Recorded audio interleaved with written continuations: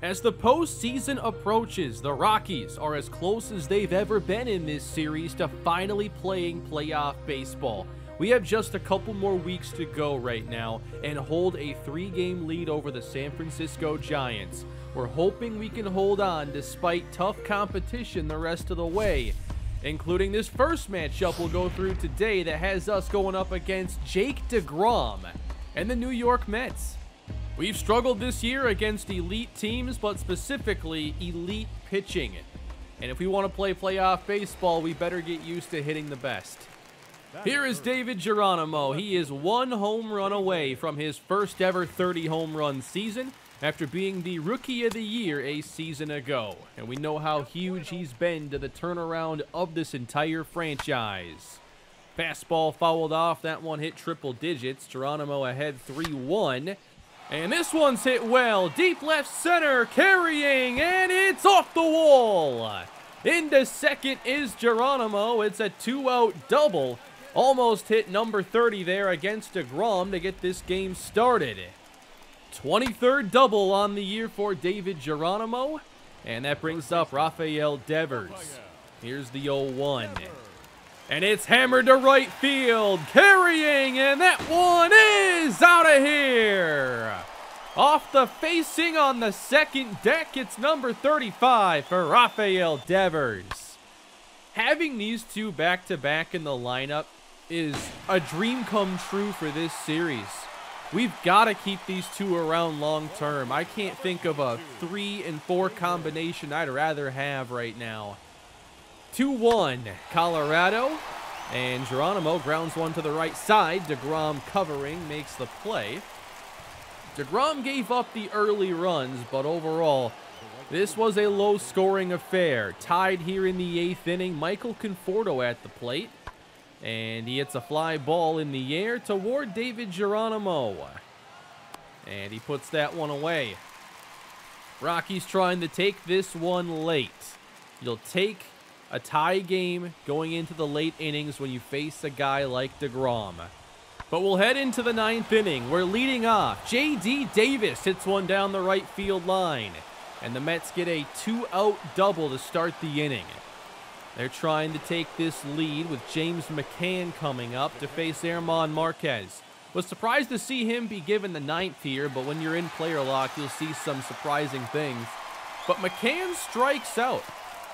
1 down now, and Dwight Smith comes off the bench and quickly falls behind 0-2. He's hit .556 with runners in scoring position, but that average is dropping. Strike 3 for Marquez and 2 down. Back to the top of the order, and you have to face Francisco Lindor, who's hit .300, had 32 home runs. He'll be in the MVP conversation. But this one's popped up to the right side, and Marquez pitches around the leadoff double. That's a big inning for him, and we'll go bottom 9. Colorado would love to walk this off, but 2 down, 2 strikes, and a 1-2-3 inning as Bryan Reynolds strikes out. And we're going to extra innings now. Mets have the runner at second, and Jeff McNeil at the plate, as this one sent a long way out toward Geronimo, all the way into the gap, and he gets there with Lindor tagging up from second. No way we're making that throw. Mets want to bring him home. Here's Austin Hayes. Runners at the corners, 2 away, and Marquez still in the game. And this one's hit to center, and Reynolds under it ends the inning. Marquez with some big innings here late, pitching around some difficult situations. Bottom of the 10th now. Bryan Reynolds stands at second. Dom Nunez, base hit right field. Reynolds is waved around. Here's the throw. Not in time. Rockies win it. Another walk-off winner in Coors, and the Rockies inch closer to Rocktober baseball. How many of these have we seen in the second half of the season? So many close games that go down to the wire, and we've had so many walk-off wins. And that one comes in a game where Jake DeGrom starts, and you know the odds are stacked against you. Well, we beat the Mets in Game 1 and come back the next day to do it all over again, scoring 2 runs late and winning 2-1. Big pitching performance in this one for Gray, Holloway, Givens, and Rogers got the save. That means we're here trying to get the sweep of New York. John Means on the mound, facing the National League MVP frontrunner. It's Dominic Smith to left field. And the Mets get on the board early. Smith has been one of those players that's been a lot of fun to watch develop from afar in the franchise. Mets lead it 2-1. We're here bottom 3, and Geronimo fouls off the slider. He falls behind in the count, and Sean Reed Foley throws him that slider away for strike 3. Still waiting for home run number 30. Bottom 5, runner in scoring position, and taking off for third base and getting there is Trey Turner.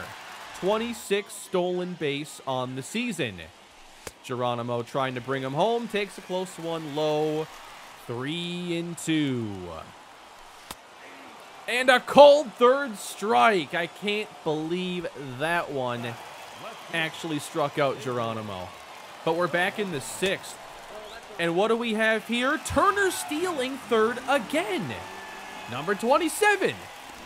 All right, can we bring him home? Rockies already up 5, and that's driven into right field. Hit a ton, and out of reach. Geronimo on his way to second. Turner scores. Another extra base hit, but not home run number 30. Rockies up comfortably in this one. I know a perfect way to cap off the day in this series. And Geronimo drives one to right center field. That gets down. He rounds first, and he is there with another double. Compared to his rookie season, Geronimo has hit more home runs, but less doubles. Now we're waiting for home run number 30, and doubles are all we can get. Devers at the plate, base hit center field, a slow one. Here comes Geronimo, throw coming in, no. 7-run lead for the Rockies, and they do sweep the Mets. Final score, 10-4. Dom Nunez went yard in this game, and we had another host of extra base hits, 4 doubles between Turner and Geronimo combined. And we get a nice off day after a nice 10-day stretch where we mostly won our games, and now have a 5-game lead over the San Francisco Giants. We are getting close to clinching that wild card spot.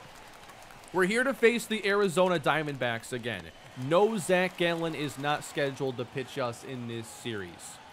Top 5, 2-1, Colorado with 2 aboard. And the lefty DL Hall facing David Geronimo. Ooh, there's a good one. Fouled back the fastball. We'll try it again. And popped it up. Went up for the slider. And that won't leave the infield. Geronimo retired. I love these uniforms for the Diamondbacks. Good use of the light blue. How about top 7? Bases juiced. Madison Bumgarner now a relief pitcher. And everything up there looks good to hit. Geronimo falls behind. We're not chasing that. Good try. 3-2. Ooh, just a bit in front of it. Caught up to the cutter. Another 3-2. And a grounder to the right side. Out at second, Geronimo doubled up. Not what you want to see here in a 1-run game. Let's head to the 10th inning where now it's a tie ball game. Runner at second. The extra inning runner waiting to be advanced, but 2 down. Geronimo driven to left field. That one is out of reach. Geronimo on his way to second. He's doubled again. He gives the Rockies a late lead. It's not the home run, but we'll certainly take that. A slider left up over the middle. You're lucky it was only a double. Bottom 10 trying to seal this game off. Taylor Rogers enters, and this one's driven deep to left field. Over Geronimo's head, and that is A walk-off winner for Carson Kelly. We've dished this out to so many teams. Now we get to taste the defeat of the walk-off home run. And the Diamondbacks do take the first game in this series. Each game means a lot still, but we can handle a loss here and there with the lead we've built up. But unfortunately, Rogers blows a save and did so there pretty quickly.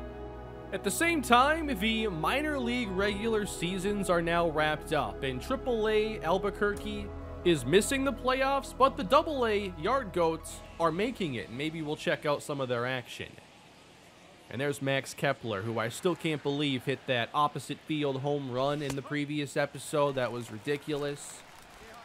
Game 2 now against Arizona. J.B.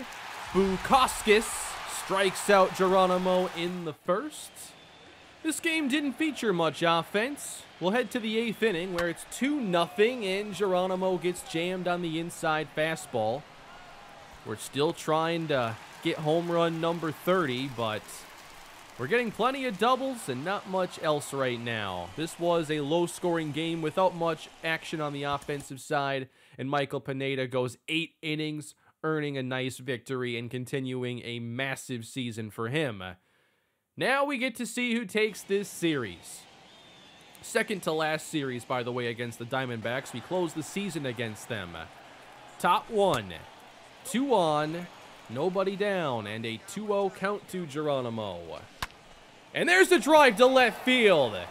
This one's got carry. Does it have enough? Kepler leaps, and it's gone! Home run number 30 for David Geronimo. The first draft pick of this franchise has a major milestone, has been named Rookie of the Year already, and could be a big reason why the road to Rocktober finally succeeds. We are getting so close. And jumping up 3-0 here in the first gets us a little bit closer. When I first saw this one off the bat, I thought Kepler was going to have it on the track. It just had enough. 3-0 Rockies, top 2. Fly ball right field. This one stays in the yard, but it's hit pretty well. And Geronimo will add on an RBI, making it 4-0. Geronimo's home run built a lead we ultimately took into the 9th. This one's hammered a ton to left field. Geronimo's back and makes the catch right in front of the fence. And the Rockies win this game and take the series. That's 5 of 6 in today's episode. David Geronimo hit 4 or 5 doubles before we got that 30th home run. And now he has 53 in the first 2 years of his career. Not bad. September is almost done. We have 3 series left to go, and the Giants are back 6 games. We would have to completely collapse here down the stretch for this to be interesting. I'm hoping next episode we have little drama and punch our ticket into the wild card and see where everything goes from there. It is so close to a reality, and we're getting hot at the right time, while other teams seemingly are getting so cold. I mean, this was like a 3 or 4 team race not that long ago, and suddenly it's a 2-team race, and San Francisco's not keeping up. This is the best year of the franchise. We've gotten better each and every season, and now we just got to make sure we can play playoff baseball this year. But with the minor league seasons coming to an end today, I wanted to show you some of these standouts at AAA first. And there are some players who have a chance to make an impact at the major league level next season. Austin Martin is one of those players who we traded for, and he played really well this year. I would still like to see him develop more, but he's on the 40-man and out of options. So he's getting the invite to spring training, and I have to decide what I'm going to do. Players like Jacob Pearson I can be more patient with because I never added him to the 40-man, and if he's not Rule 5 eligible, well, it says there he is, so I have to add him to the 40-man in that case. But he still has a couple option years. Then you have Zach Veen, and he's also been on the 40-man. So what do you do going into next year? You don't want to see any of these players walk. What I think is going to happen is we're going to have to pick a couple and end up trading some prospects just because we can't keep them all on the major league roster. And we may have to trade a really high level prospect just to get a couple younger prospects who still have their options left, just because we can't handle 4 or 5 rookies on the team at once. That's almost 20% of an active roster. But I think it also gives us an opportunity to refresh the pitching a bit at AAA and get younger. We have good young pitchers at AA, but I think we could still add a few more in the organization. And in general, we're paying a lot of money to our pitchers right now, and we might want to be ready to move on eventually and have some players we've been developing. But I'm mostly excited about the prospects at AA because I think they have some really high ceilings.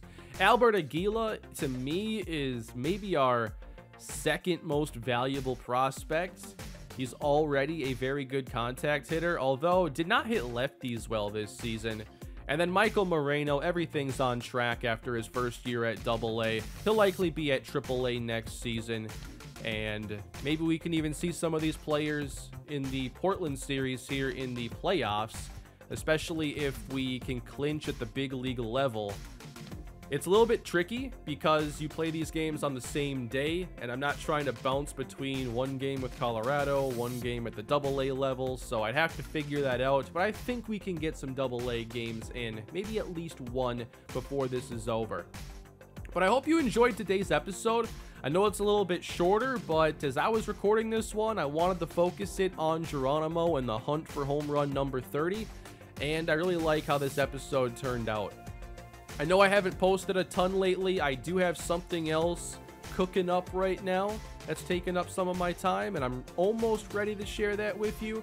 I'm hoping by the weekend I have a chance to do that. But that is going to do it for this episode of the Rockies franchise. If you enjoyed the video, please leave a like and subscribe to the channel. And there's more Rockies to come. Have a great day, everybody. I'll see you again soon.